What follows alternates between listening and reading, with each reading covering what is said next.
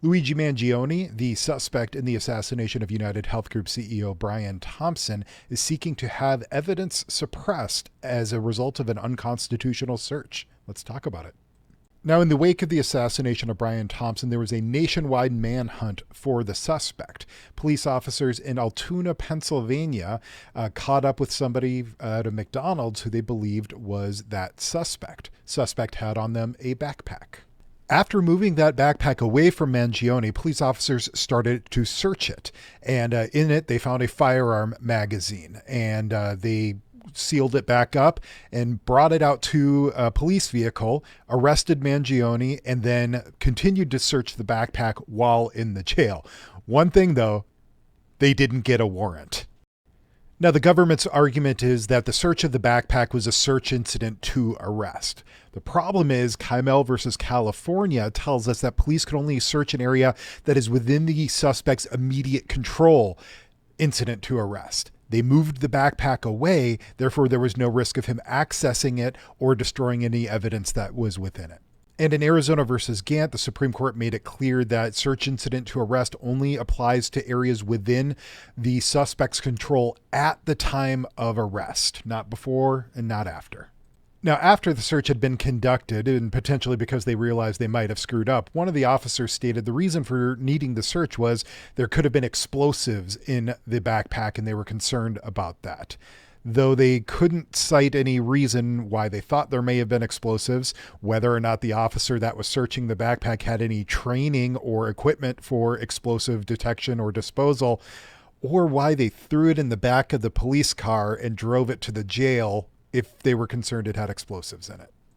And there is case law to support this. In United States versus Chadwick, the court held that it is reasonable for police officers to search a compartment or a container if they believe it has explosives, but the facts kind of work against them in this because you're not going to transport it, you're not going to put it in your car, you're not going to bring it to the jail and continue to search it if you're worried that there's explosives. All, again, without a warrant. So the warrantless search, the government's first attempt is to say that it was a search incident to arrest. That might be on a little shaky grounds.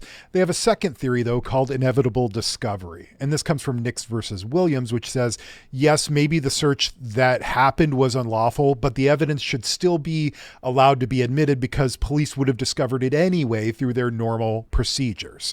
And in this instance, they're arguing that the jail's inventory procedure after he was arrested would have discovered the contraband anyway. But this was narrowed by Florida versus Wells that says you can't use inevitable discovery as a pretext to conduct an illegal search. And additionally, they're going to have to define what were they going to arrest him for before they found the firearm magazine. There's some timeline issues there. So what it's really going to come down to is whether the police officers' legal justifications aligned with the actions that they took. If they believed that it was a search incident to arrest, why did that apply if the bag wasn't next to him? If they believed they needed to search it because it had a bomb, why didn't they do the things that they would normally do if they thought they had a bomb? If they were going to inventory it, do they normally open up every bag in every compartment without a warrant when they're doing a jail inventory? That's going to be a hard row to hoe for them. And of course, all of this could have been avoided if they just got the warrant. Just get the warrant. Officers, if you have something to search and it's not going to go anywhere, if it's in your possession, the suspect is arrested or it's away from the suspect, just get a warrant. It takes minutes to get a warrant. Just get the warrant. Now, there's a very good chance that the judge could agree the search was unconstitutional and the evidence should be suppressed. The evidence includes a firearm, a suppressor, magazine, and a journal with some potentially incriminating statements. All of that would be unusable in court as fruit of the poisonous tree if this search is declared unconstitutional. I will be keeping tabs on this motion and this case, as well as many other cases. If you want that kind of legal analysis, please drop me a follow.